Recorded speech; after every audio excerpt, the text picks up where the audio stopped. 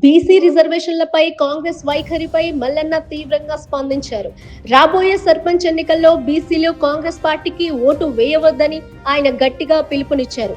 Kamareddy BC declaration ను అమలు చేయకుండా కాంగ్రెస్ పార్టీ బీసీలను మోసం చేసిందని మల్లన్న మండిపడ్డారు.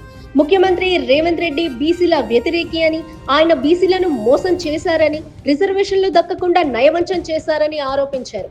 అబద్ధాలతో మోసం చేసిన రేవంత్ రెడ్డికి సీఎం కుర్చీలో కూర్చునే హక్కు లేదన్నారు మల్లన్న. సీఎం రేవంత్ తక్షణమే రాజీనామా చేయాలని మల్లన్న డిమాండ్ చేశారు.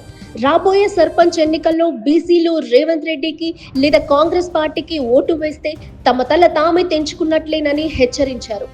బీసీలు ఈ దొంగ ప్రభుత్వం కుట్రలకు మోసపోవద్దని, మీరు తమకు ఎప్పటికీ మంచి చేయరని స్పష్టం చేశారు మల్లన్న. తెలంగాణ రాష్ట్రంలో కాంగ్రెస్ పార్టీతో పాటు ప్రతిపక్షాలైన బీజేపీ, బీఆర్ఎస్ లకు కూడా బుద్ధి చెప్పాలని, అక్రమంగా బీసీ రిజర్వేషన్లు ఎత్తుకుపోయిన ఈ అగ్రకులాల పార్టీలకు రాజకీయంగా బుద్ధి చెప్పాలని మల్లన్న కోరారు. అంతేకాకుండా సర్పంచ్ ఎన్నికల నోటిఫికేషన్ ను రద్దు చేయాలని ఆయన డిమాండ్ చేశారు.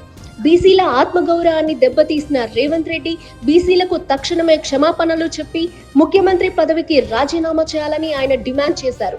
రేవంత్ రెడ్డి మంత్రి మండలి, కాంగ్రెస్ పార్టీ అమరవీరుల స్తూపం వద్ద బీసీలకు బహిరంగ క్షమాపణలు చెప్పాలని ఆయన అన్నారు. ఈ కాంగ్రెస్ పార్టీని తెలంగాణ రాష్ట్ర ప్రజలు తరిమికొట్టే రోజులు దగ్గరలోనే ఉన్నాయని ఆయన పేర్కొన్నారు.